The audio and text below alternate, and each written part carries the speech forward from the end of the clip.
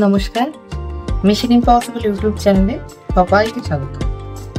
Mission impossible YouTube channel যেখানে তোমরা travel blog দেখতে পাও, কিচেন ব্লগ দেখতে পাও। আজকে যেরকম একটা কিচেন ব্লগে আজকে আমি চশমা পরে ব্লগটা করছি, কারণ হচ্ছে আজকে কোনো গ্যাসের অ্যাট প্রেজেন্ট প্রয়োজনীয়তা নেই। যতটুকু প্রয়োজনীয়তা ছিল আমি সেটা প্রিকুক করে রেখে দিয়েছি, তোমাদের দেখাচ্ছি। আজকে আমি একটা স্যালাড বানাবো, ঠিক আছে? একদম আক্ষরিক অর্থে স্যালাড, ঠিক আছে? আজকে আমার এটাই ডিনার। জাস্ট ঘুরে এলাম, একটু বেরিয়েছিলাম, তো এখন আমরা সেই স্যালাডটা বানিয়ে নিচ্ছি, ঠিক আছে? কি কি লাগবে তার জন্য তোমাদের একটু দেখাচ্ছি। তার আগে বলে রাখি, মিশন ইম্পসিবল ইউটিউব চ্যানেলে খুব শিগগিরই আমরা লাইভ শুরু করাবো, মানে সেটা হচ্ছে নেক্সট 2-3 দিনের মধ্যেই। তোমরা হয়তো যতক্ষণে তোমরা এই ব্লগটা দেখতে পাবে ততক্ষণে হয়তো আমাদের চ্যানেলে অলরেডি রেডি হয়ে গেছে, লাইভ শুরু হয়ে গেছে। তো চলো, আমি বলে রাখলাম তোমরা লাইভগুলোও দেখো, সমস্ত সেলারদের ফলো করো, যাতে আমাদের ফেসবুকে অ্যাকচুয়ালি কি কি প্রোডাক্ট পাওয়া যায় সেটা জানতে পারবে। আমি সরাসরি রান্নায় চলে যাচ্ছি। কি কি লাগবে সবজি এক্স্যাক্টলি তোমাদের যা মন চায় তাই দিতে পারো।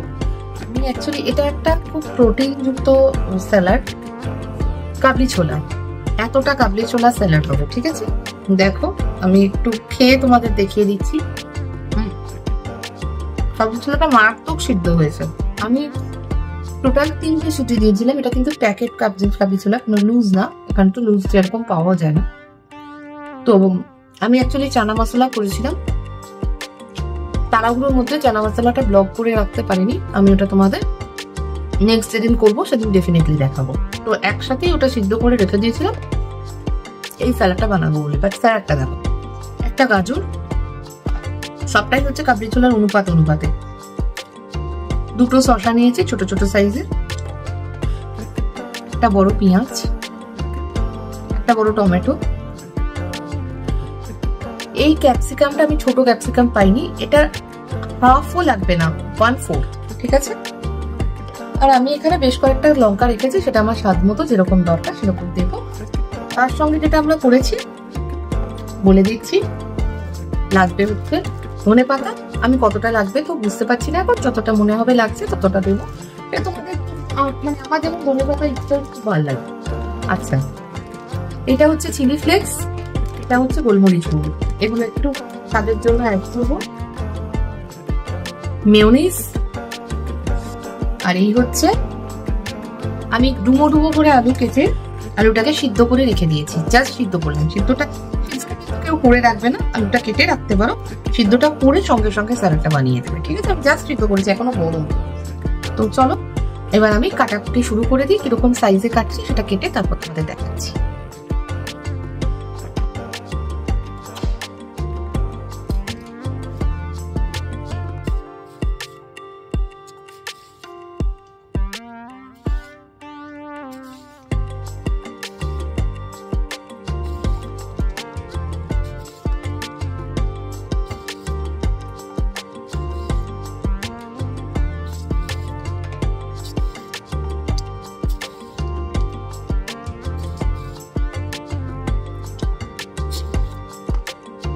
দেখতেই পাচ্ছ এরকম ভাবে কাটছি, দেখে নাও।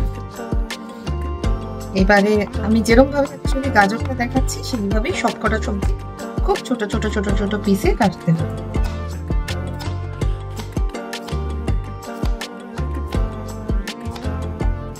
ফাইন কাটতে পারবে তুমি, ওইগুলোকেও একটা করে টুকরো করবো। এবারে এইখান থেকে গাজরটাকে আমি একটা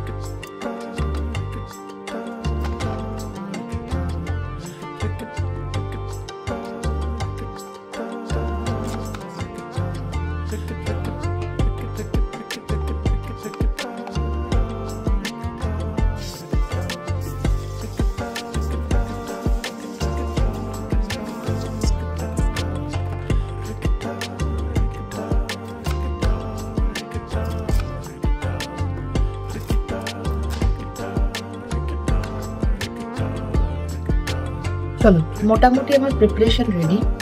ওকে,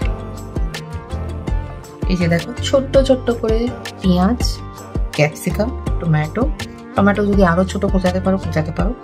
পেঁয়াজটাও আরো ফাইন কুচালে আরো ভালো লাগবে খেতে। হ্যাঁ, কিন্তু আমার তো চোখ দিয়ে নাক দিয়ে জল বেরিয়ে যায় পেঁয়াজ কুচাতে গেলে বাবা।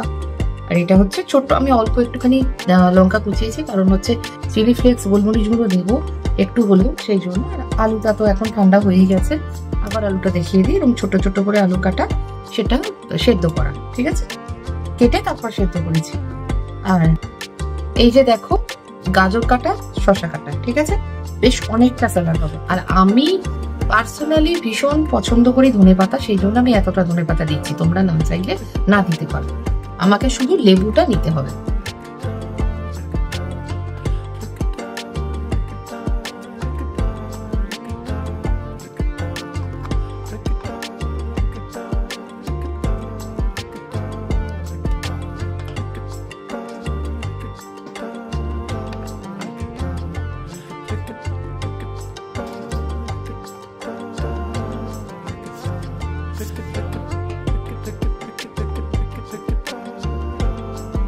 আচ্ছা, আমরা যে কোনো স্যালাডে দেখেছি লেবু সবচেয়ে বেশি যায় হচ্ছে শসার সাথে, তাই আমি শসা গাজরটাকে আলাদা একটা প্লেটেই করেছি, কারণ ওটার উপরে আমি লেবুটা ছড়িয়ে দেবো।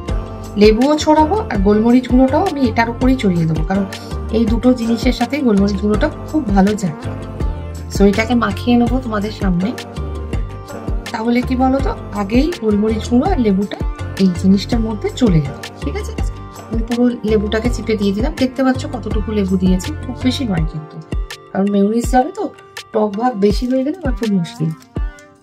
আমি গোলমরিচ গুঁড়োটাকে নিয়ে এসেছি,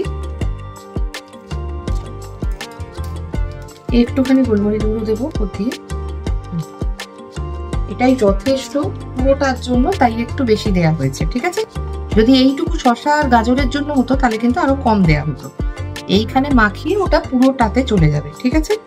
আমি একটু এটাকে মিক্স করে দিচ্ছি, একটু মিক্স করিয়ে তবু মিনিট 2-3 ফাঁকা হয়ে যাবে শসা আর গাজরগুলো একসাথে, তারপরে তো একসাথে মিক্স হবে। চলো আমি সাইড করে দিলাম, সাইডে রেখে দিলাম।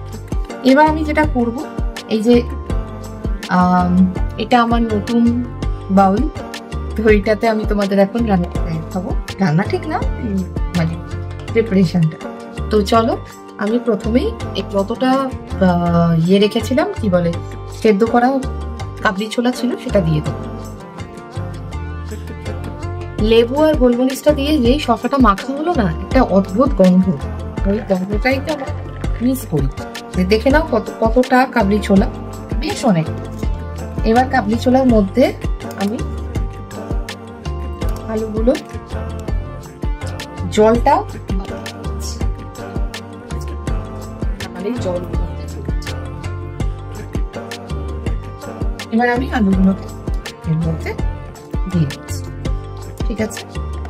চলো প্রথমে আমি দেখে নিচ্ছি এর মধ্যে একটু জল আছে কিনা, সেটাকে তাহলে ফেলে দিচ্ছি। কারণ আলুও সেদ্ধ হয়েছে, কাবলি ছোলাও সেদ্ধ হয়েছে, জলেই হয়েছে।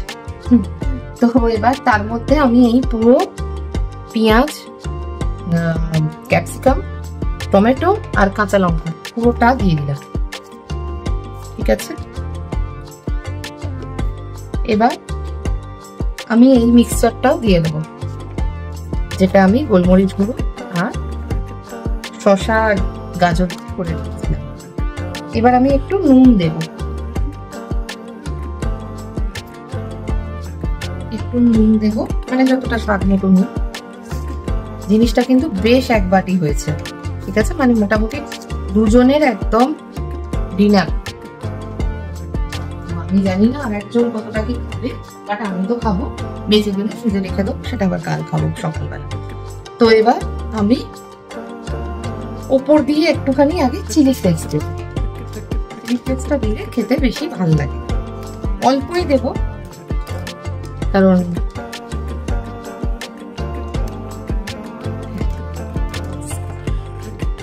চলো চিলি ফ্লেক্স দেওয়া ডান।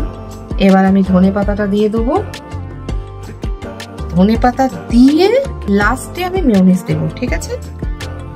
কারণ ধনে পাতাটা আগে না দিলে তুমি মেয়োনিজের অনুপাতটা বুঝতে পারবে না। আগে এটাকে মিক্স করে নিচ্ছি পুরো জিনিসটাকে ধনে পাতার সাথে, তারপরে আমি মেয়োনিজের সাথে মিক্স করব। ওকে, অনেকেই মনে করে ধনেপাতাটা লাস্টে দেব, কিন্তু আমার মনে হয় তাতে মেয়োনিজটা উপরে ভেসে থাকে, ধনেপাতাটা মধ্য অব্দি ঢোকে না।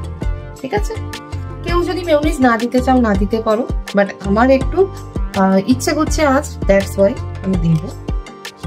বেশ অনেকটা মেয়োনিজই লাগবে, কারণ বেশ অনেকটা স্যালাড হয়েছে,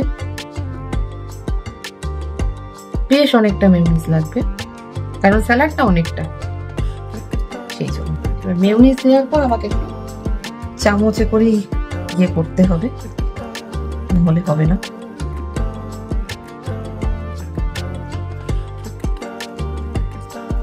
ধনে পাতাটা দেয়া হয়ে গেলে মেয়োনিজটা মাখাতে একটু অসুবিধা হয়, ঠিক কথা, কিন্তু যদি মেয়োনিজটা ভেতর অব্দি নাই যায় তাহলে আর ইউজ করে কি লাভ বলো? তো সেই জন্য আমার মনে হয় মেয়োনিজ শেষে দেয়াই ভালো। যতটা পারবে মেয়োনিজ কম দেবে, কিন্তু মেয়োনিজ তো স্বাদের জন্য একটু ভালো লাগে দিলে।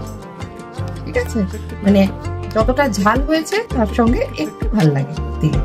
ওকে, চলো, আমার এই স্যালাডটা একেবারে রেডি, একেবারে ready and perfectly okay, mayonnaise সব দিয়ে। এবার আমি একটুখানি টেস্ট করে আগে দেখে নেবো কোনো নুন মিষ্টি, মানে মিষ্টি তো না, কোনো নুন টুনে কিছু ইয়ে আছে কিনা।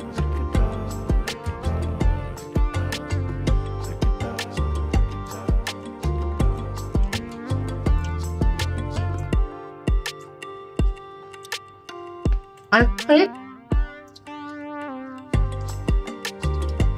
মেয়োনিজ দিলে ভালো, ওটা তোমরা দিতেও পারো, যদি কারণ মনে হয় হেলদি এন্ড টেস্টি রাখবো নাও দিতে পারো। ঠিক আছে,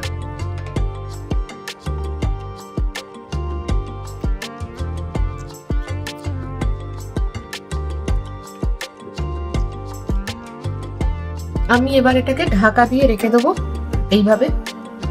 চেষ্টা করবেন বানানোর 1 ঘন্টা পর খেতে, তাতে এটা একটু মজবে। পুরো বানিয়ে এরকম রেখে দিলাম, ফ্রিজে ঢোকাতেও পারো নাও ঢোকাতে পারো। আমি ফ্রিজটা একটু অ্যাভয়েডই করি, সেই জন্য আমি ফ্রিজে ঢোকালাম না, তোমরা চাইলে ফ্রিজে ঢোকাতে পারো। ঠিক আছে, চলো এবার আমি বাসন পরিষ্কার করার দিকে মন দিই, আর তোমরা এটা খাওয়ার দিকে মন দাও।